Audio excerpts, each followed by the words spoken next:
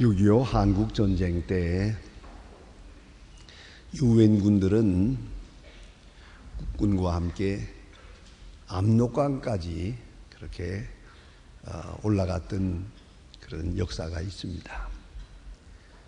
그런데 중공군의 개입으로 인하여 유엔군은 부득이 후퇴할 수밖에 없었습니다. 이 후퇴 작전이라는 것은 언제나 참 어려운 바가 있습니다. 후퇴하는 중에 해병대 한 중대가 그만 조난되면서 산골짜기로 피신을 하게 됐고,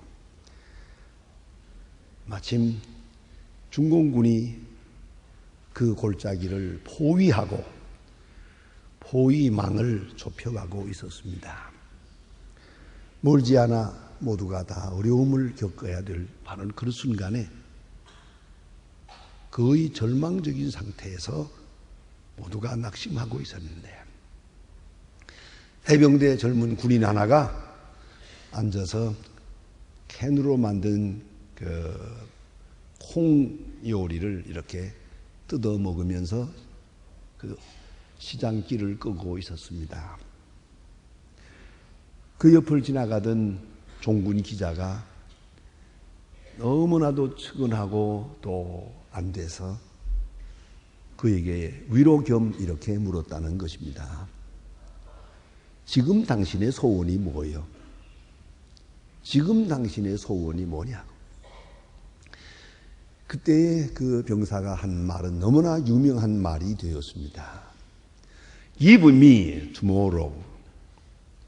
내일을 주십시오. 내일. Give me tomorrow라고 대답했습니다. 그렇습니다. 내일이 있다고 믿는 사람과 없다고 생각하는 사람은 엄청난 차이가 있는 겁니다. 세상에서 가장 무서운 사람은 나만 죽으면 그만이다. 이게 맹랑한 생각입니다. 나만 죽으면 끝이다. 사람 무서운 사람이에요. 이보다 더 무서운 사람은 나를 괴롭히는 저 사람을 죽이면 그만이다. 그건 더 무서운 사람이에요. 죽여서 해결하려는 것입니다. 여러분 아시는 대로 인류 역사에 많은 독재자들이 있습니다. 지금도 이 지구촌에 여기저기 전쟁보다 훨씬 더 무서운 독재자의 폭력입니다.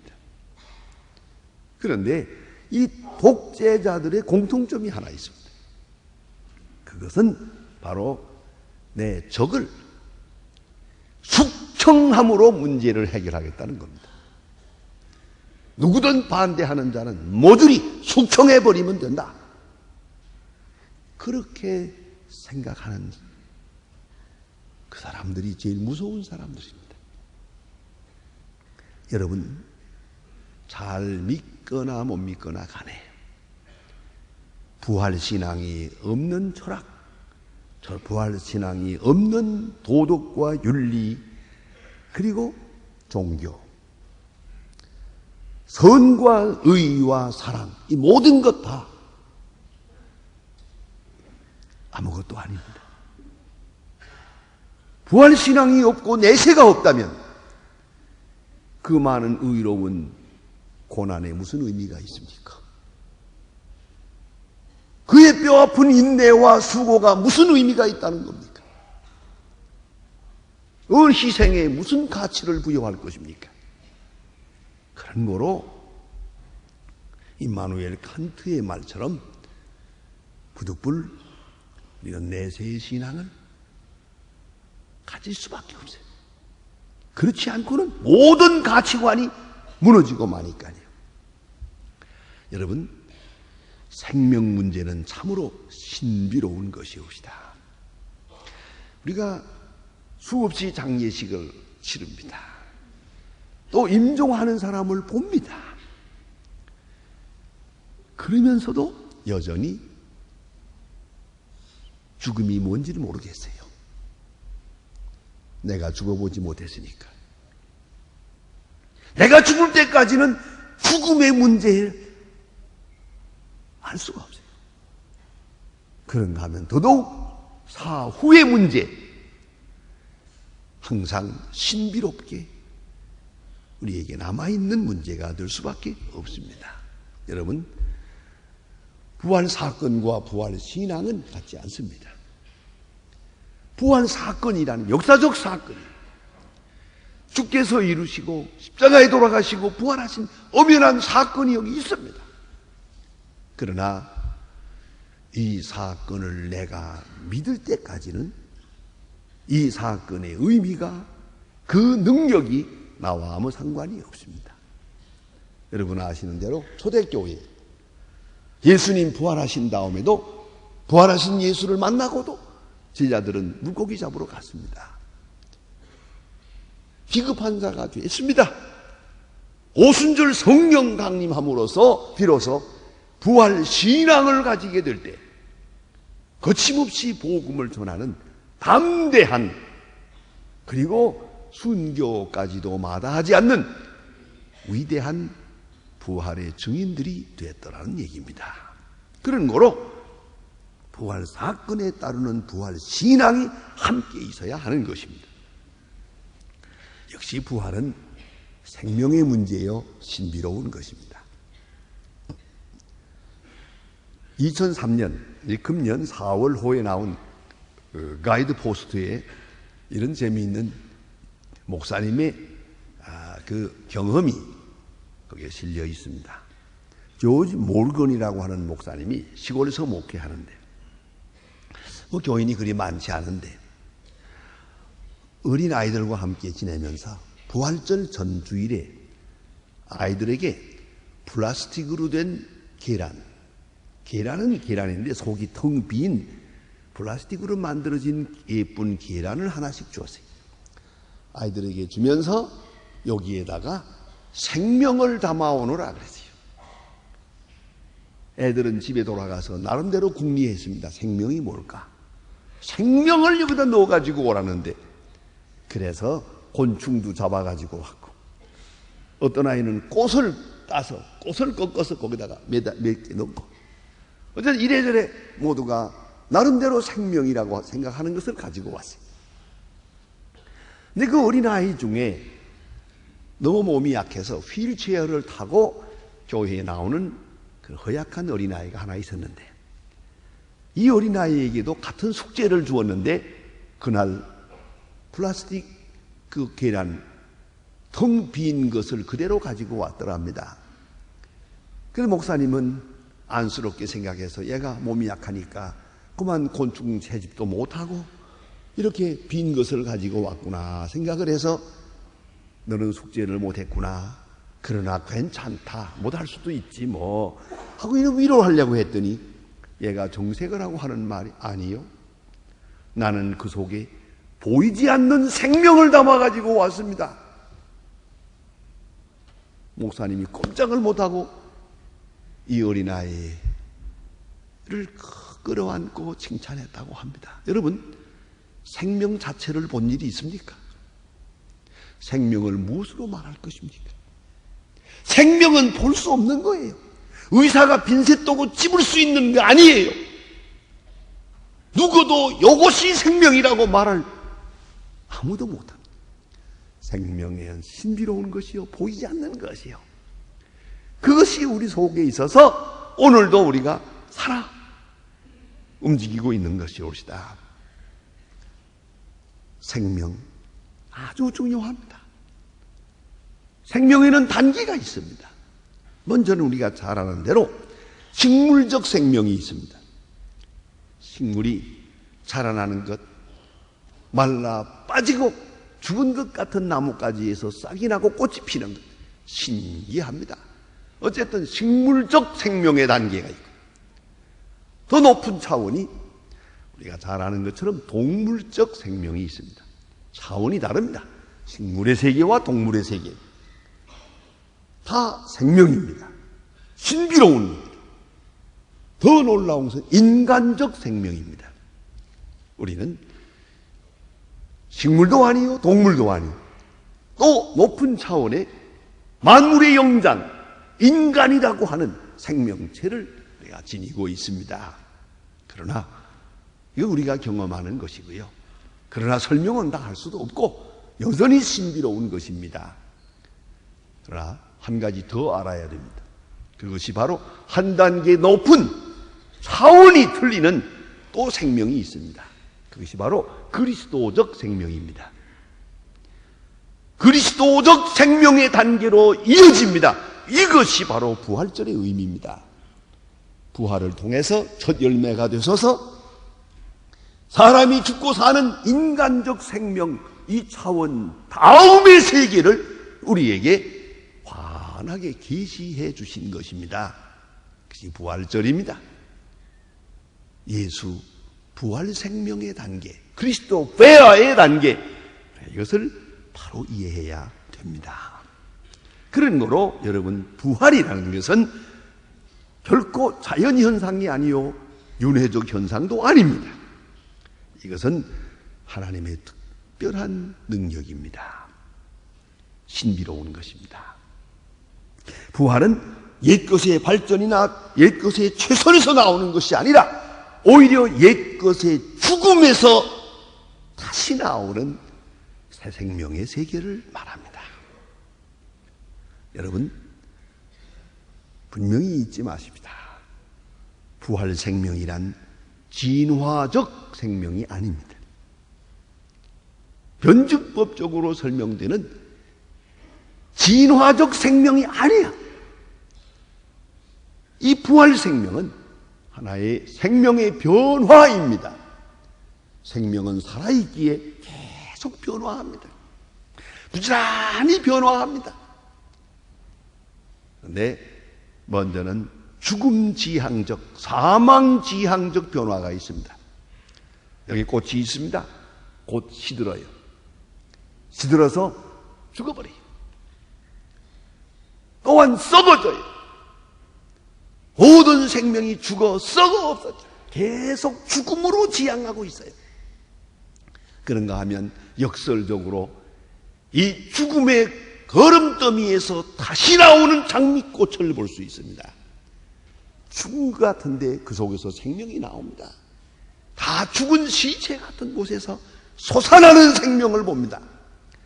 생명지향적 변화, 이것이 아주 중요한 것이고요. 한 단 더 높은 변화가 있습니다. 바로 그리스도 부활 생명 지향적 변화. 그래서 성경은 부활이라는 말과 변화라고 하는 말을 거의 같은 말로, 같은 수로 그렇게 사용하고 있습니다. 그리스도와 함께 변화될 것이다. 그리스도와 함께 부활할 것이다. 부활 변화, 생명의 변화, 부활 신앙적 변화, 부활 지향적 생명의 변화. 여기에 부활의 의미가 있는 것이옵니다. 더 중요한 문제가 있습니다. 그것은 부활이란 부활되어지는 것이 아니고 부활시키시는 것입니다. 이건 자연현상이 아닙니다. 하나님의 능력이 나타나서 부활케 하시는 역사라는 것을 알아야 합니다. 베드로의 증언증에서 들을 수 있습니다. 사도행전 2장 32절에 보면 이 예수를 하나님이 살리셨다. 윤회가 아닙니다. 자연현상이 아닙니다. 진화가 아닙니다. 하나님이 살리셨다. 이걸 잊지 말아야 합니다. 36절에 보면 너희가 십자가에 못 박은 예수를 하나님이 주와 그리스도가 되게 하셨다. 하나님이. 거기에 주도권이 있어요. 또한 3장 12절에 보면 우리 조상의 하나님이 그리스도를 영화롭게 하셨느니라. 하나님이 살리시고 주가 되게 하시고 영화롭게 하신다. 하나님이 그의 창조적 역사, 그것이 부활 생명의 근본입니다. 그래서 오늘 성경 말씀에 보면 그 부활의 권능, 그것을 알려하여라고 말합니다. 사도 바울은 여기서 진실하게 말합니다. 그 고난에 참여함, 부활의 권능과 그 고난에 참여함을 알려하여 그 고난과 부활의 의미를 연계해서 설명하고 있습니다. 십자가의 의로운 고난, 거기에 부활로 이어집니다. 자원적인 희생에서 이어집니다. 사망의 권세를 넘어서는 아가페적인 뜨거운 사랑이 있고, 그리고 부활의 역사가 이루어집니다. 특별히 사도 바울의 신학에서 강조하고 있는 것은 하나님의 의의 문제입니다. 그는 우리 죄를 위하여 죽으셨습니다. 그의 부활은 무엇을 의미하는가? 우리를 의롭다 하시는 것을 의미합니다. 그가 부활했다는 것은 우리가 죄사함 받음을 말하는 것이요, 우리의 의가 살아나는 것을 의미하는 것입니다. 그렇기 때문에 그의 죽으심은 우리의 죽음이요, 그의 살으심은 우리가 의롭다 함을 얻었음을 확증하는 증거로 받아들이게 됩니다. 그런 거로 부활은 생명일 뿐만 아니라 의롭다 하심의 역사가 거기에 있는 것이옵시다. 사도 바울은 이것을 깨달았습니다. 부활의 권능을 알았습니다. 더 확실하게 알려고 힘썼습니다. 인도의 산다싱이라고 하는 유명한 성자가 있죠.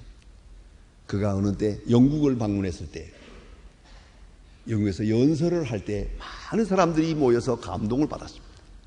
유명한 교수가 그에게 핵심적인 질문을 했습니다. 당신은 뿌리 깊은 힌두교의 유명한 학자인데, 또 힌두교인인데 어떻게 해서 기독교로 개종하게 되었습니까? 산다싱은 아주 중요한 대답을 했습니다. 그것은 예수 부활 때문에, 기독교에는 부활이 있기 때문에, 힌두교나 불교나 인생 무상 끝이요, 기독교만이 생명의 종교요, 예수 부활. 제가 언젠가 한번 우리 그 장례식을 갔는데, 거기서 하관식 할 때 여기서 이제 묻어버리지만은 예수님 오실 때 재림할 것입니다. 다 같이 부활할 것입니다. 이렇게 이제 설교를 하고 내려오는데, 그 아주 점잖은 양반이 기독교인이 아니에요. 가까이 다가오더니 날들어 하고 꾹 찌르더니, 목사님, 나 하나 물어봅시다. 뭔데요? 예수 믿는 사람들은 정말 부활을 믿는구만요. 그러니까. 그럼 정말 믿지 가짜로 믿나요? 심각하게 생각하더라고요. 그럼 부활을 믿지. 그 다음에 보니까 교회 나왔더라고요. 여러분, 이걸 아셔야 됩니다. 기독교의 생명은 부활에 있는 거예요. 사도 바울은 생각합니다. 이 신비로운 능력을 어떻게 할 것이냐? 죽으심을 본받아. 그리스도처럼 죽어야 그리스도로처럼 살 수 있고, 그리스도와 함께 죽어야 그리스도와 함께 살 수 있어요. 바울은 갈라디아서에서 외칩니다. 내가 그리스도와 함께 십자가에 못 박혔다. 그렇습니다. 내가 십자가에 못 박혔다. 그리고 그리스도의 부활의 아침에 동참하게 되는 것이요, 그리하여 부활에 이르는 것이옵시다. 갈라디아 5장 24절에서 말합니다. 그리스도 예수의 사람은 육체와 함께 그 정과 욕심을 십자가에 못 박았느니라. 여러분, 아직도 여러분의 마음속에 확실한 믿음이 없습니까? 그렇다면 자세히 더듬어 보세요. 아직도 덜 죽어서 그래요. 예수 때문에 죽어야 돼. 내 욕심도, 내 명예도, 내 지식도, 내 체면도 죽어버려야 돼. 내가 요새 가끔 느낍니다. 훌륭한 학자들이고 상당하던 분들이 나이 좀 들었다고 치매 걸려가지고 딴소리 하는 걸 볼 때마다 그 안다는 게 아무것도 아니더만요. 그게 그 하찮은 거예요. 뭘 내세우겠다는 거예요 도대체가. 죽어버려. 죽어지는 것과 죽이는 거하고는 다른 거예요.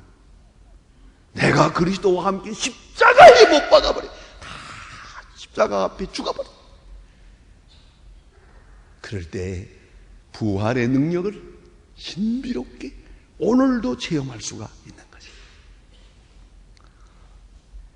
조 모르시오라고 하는 분이 If I should die before I live라고 하는 책이 있습니다.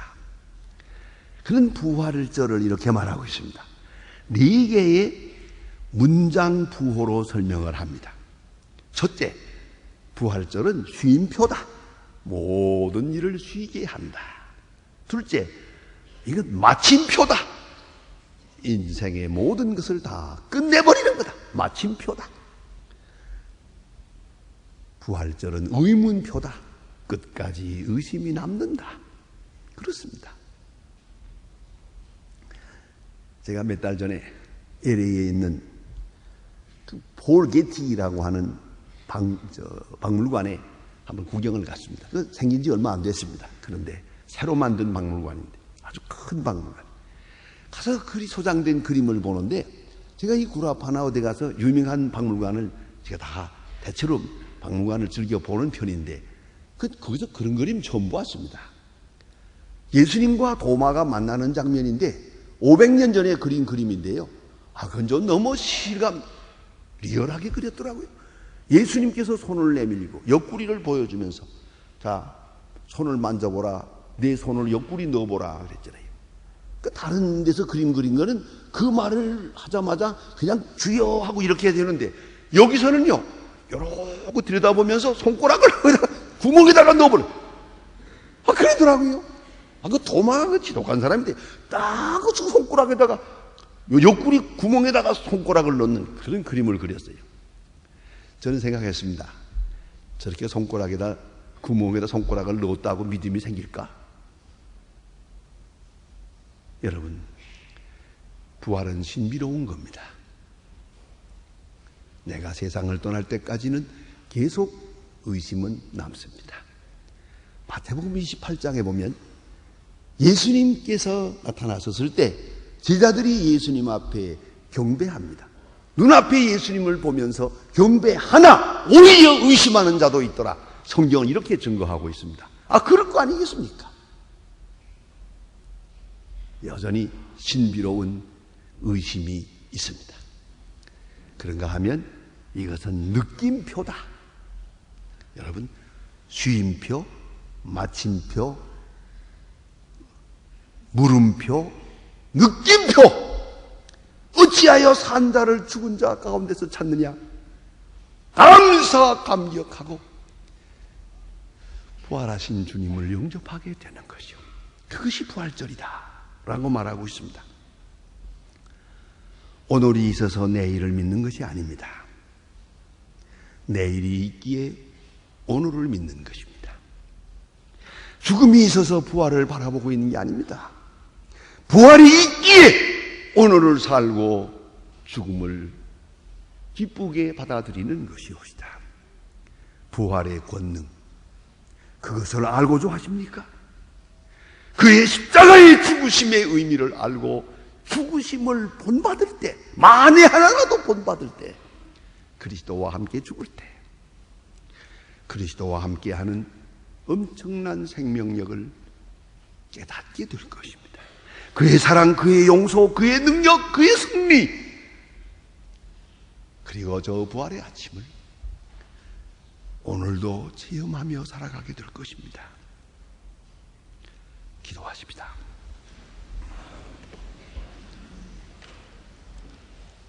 하나님 아버지, 우리가 늘 해마다 부활절을 맞습니다. 그러나 우리가 확실한 부활의 신앙을 가지지 못했기에 오늘도 이 어지러운 세상에서 근심하며 두려워하며 떨며 낙심하며 살아갑니다. 주여 불쌍히 여겨주시며 금년 부활절에는 그리스도와 함께 죽고 그리스도의 죽으심을 본받아 부활에 이르면서 참 능력을 체험하게 하시고 참 생명을 수용하게 하시고 부활의 능력을 몸으로 체험하며 감사 감격한 그리고 담대한 믿음의 사람들 되게 하여 주시옵소서. 예수님의 이름으로 기도합니다. 아멘.